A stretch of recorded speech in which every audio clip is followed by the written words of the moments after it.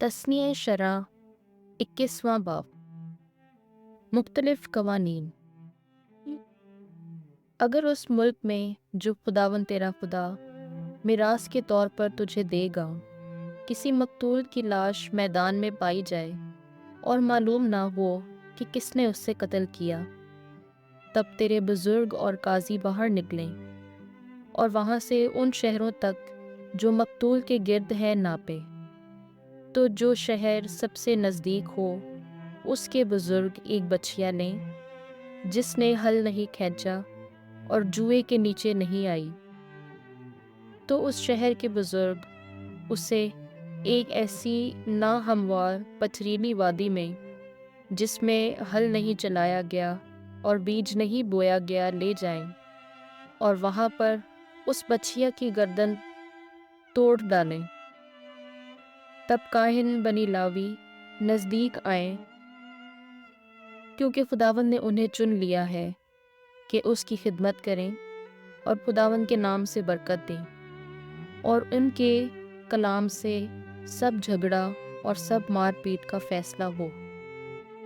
और उस शहर के जो मकतूल के करीब है सब बुजुर्ग उस बछिया के ऊपर जिसकी गर्दन वादी में तोड़ी गई है अपने हाथ धोएं और संजीदगी के साथ इकरार करें कि हमारे हाथों ने ये खून नहीं किया और हमारी आंखों ने उसे नहीं देखा। ऐ खुदावन, अपनी कौम इस्राएल को मुआफ़ कर जिसे तूने छुड़ाया है, और बेगुनाह के खून का जुर्म अपनी कौम इस्राएल के दरमियान ना रहने दे।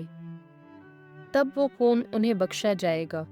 बस जब तू वही करें जो खुदावन की निगाह में रास्त है, तो तू बेगुनाह के खून का जुर्म अपने दरमियान से दूर करेगा।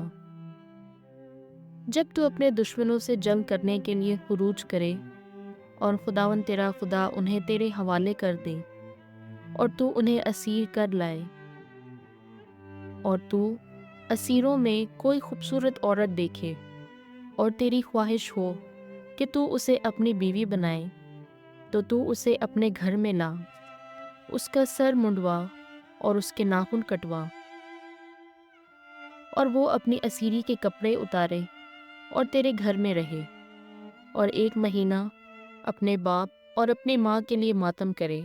बाद इसके तू उसके साथ खलवत कर और उसका शौहर बन और वो तेरी बीवी बने। फिर अगर तू उससे खुश ना हो तो उसे आज़ाद छोड़ दे। तू उसे चांदी के एवज ना बेच और ना ज़बरदस्ती से उस पर जुल्म कर, क्योंकि तूने उसे जलील किया।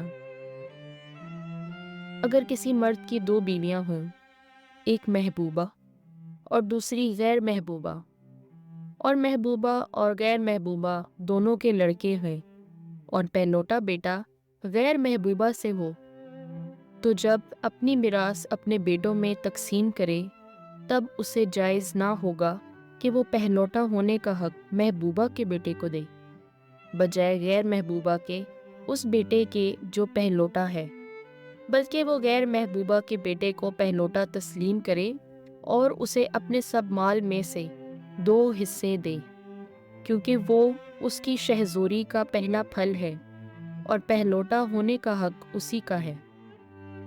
अगर किसी आदमी का नाफरमान और सरकश बेटा हो जो अपने बाप का हुक्म या अपनी माँ का हुक्म नहीं मानता, और वो उसकी तादीब करते हैं पर वो उनकी नहीं सुनता, तो उसका बाप और उसकी माँ उसे पकड़ें और उस जगह के फाटक पर शहर के बुजुर्गों के पास उसे बाहर ले जाएं, और वो दोनों शहर के बुजुर्गों से कहें कि ये हमारा नाफरमान और सरकश बेटा है जो हमारा हुक्म नहीं मानता और पेटू और शराबी है।